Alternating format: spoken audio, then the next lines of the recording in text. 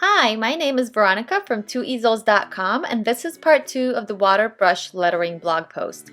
In this video, I will show you how to use your water brush with ink and watercolors.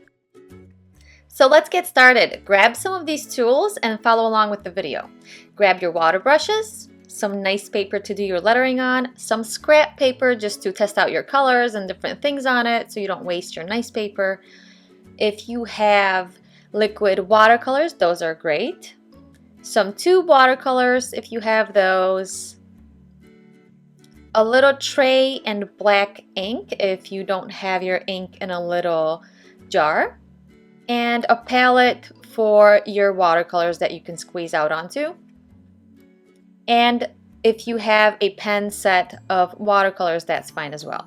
And a little dishcloth or paper towels to wipe your brush on, and a pencil and an eraser if you're going to be sketching out your design, and just some water to clean your brush with. When choosing your paper, remember that watercolor paper or heavy textured paper will give you a textured look on the edges of your letters. And a smooth mixed media paper or Bristol paper is going to leave your edges nice and smooth. If you don't have any fancy paper at home, that's fine. Regular printer paper will do just fine. This was created using ink on printer paper, and this was watercolors on printer paper, and it turned out just fine. So you don't need to spend a bunch of money on fancy watercolor paper if you're just starting out. Regular printer paper is just fine for practicing. These Pentel brushes come in 3 sizes, a small, medium, and a large. And of course, you're going to be using your small brush for little letters and the big brush for bigger letters.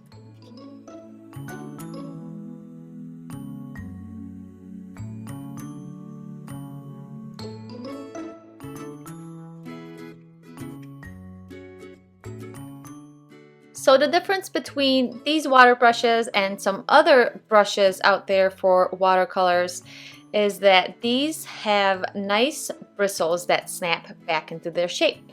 So if you press on them, they snap back and they're straight. Some other watercolor brushes don't do that because they're not for lettering. So if you're using other brushes, just look for tips that snap back. You can see with this one, once you go down, it stays bent like that, and that's not very good for lettering. Although I've used it for lettering, so it depends what look you're looking for. Okay, so let's go over how to hold your brush. Now, I'm not going to tell you which way is the right way or which way is the wrong way because I kind of go back and forth myself. It depends how you want your letters to look. It depends what's comfortable for you, so don't listen to anybody telling you you have to hold it a certain way. There are many ways you can hold this brush, and you just have to figure out what's good for you. The idea is, if you hold it at an angle on a downward stroke, you're going to get a nice, very thick line. If you hold it straight up and down at an upstroke, you're going to get a very thin line. If you lay it a little bit on the side, you're going to get a thicker line.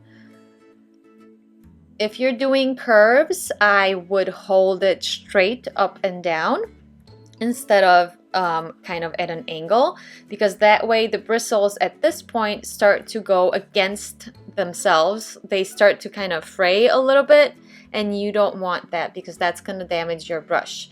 So if that happens here and there, it happens to me all the time, no worries, but try not to do that because you don't want to break your brush. So always try to pull. So remember to always try and pull your brush instead of pushing it. And you can rotate your paper. You can hold it a little bit differently as long as it's comfortable for you and the letters look the way you want them to look. These are not Tombow markers or any other markers. The tip will not be damaged if you hold it straight up and down.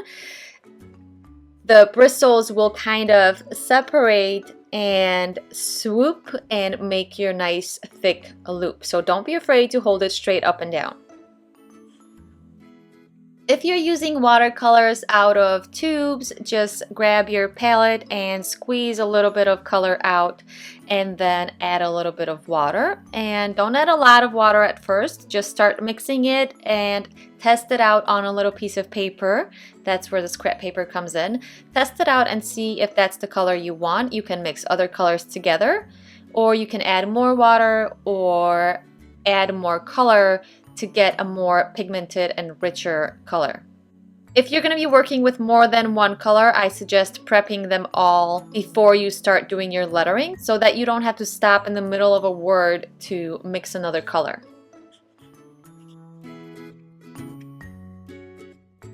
If you're using watercolors that are already in a pan, you just need to add a little bit of water to the colors that you're going to be using, and then you're good to go. And just let the water sit for a little bit so that it gets a little bit softer, because remember, these are dry. They're not like out of a tube. They're not already wet. So the water needs to sit there for just a minute.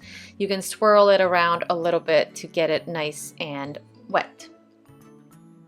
If I'm using all my colors, if I'm doing a lot of color work, I usually just grab a spray bottle and spray the whole surface. That way all the colors are a little bit wet and ready to be worked with. Alright, so let's start lettering with some watercolors. I'm going to use a yellow, so get it nice and thick on the tip. And then I'm going to dip just a little bit in the red, and I'm going to start my word. And right here at the bottom, you can see it got a little bit dry. I didn't have enough water in there, so I'm just going to squeeze a little bit and let some water out. And that's going to just blend it right in.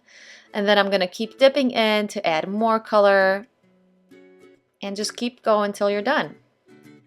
And you can go over areas that look kind of dry. No worries, it'll blend right in. Another fun way to do your lettering is to fill your brush with some watercolors, and I use liquid watercolors for this. I'm going to be using a pink one to make it nice and bright. So just fill it up a little bit. You don't have to fill it up all the way, but I think a quarter of the way is good so that you can squeeze it nice and good. So grab your scrap piece of paper and just test it out and keep squeezing it till all the watercolor gets to your tip. There you go. And you can just letter like this as well. You can just pre-fill it and do your lettering, no problem. Or what I like to do is dip it into another color and then do my lettering and let the colors kind of blend on their own. So you can just dip it once and start the word off with one color and end with another, or you can keep dipping it for a rainbow effect.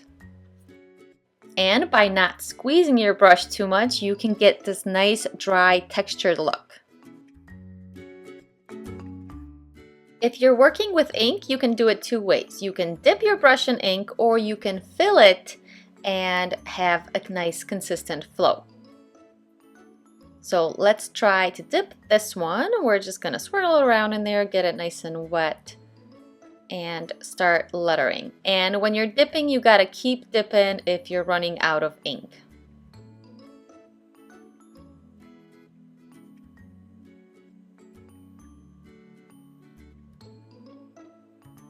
And the pre-filled one already has ink in there, so all you have to do is just squeeze it a little bit and let the ink out, and then just start lettering. And when you see that your letters are looking kind of dry and textured, if you don't want that look, just squeeze a little bit more to get more ink out.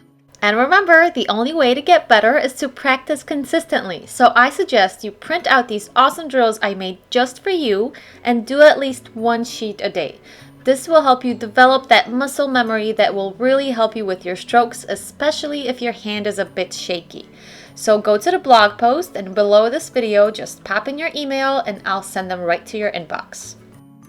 And don't forget to subscribe to this channel so you don't miss the next lettering tips video. Thanks again for watching, and I'll see you next week.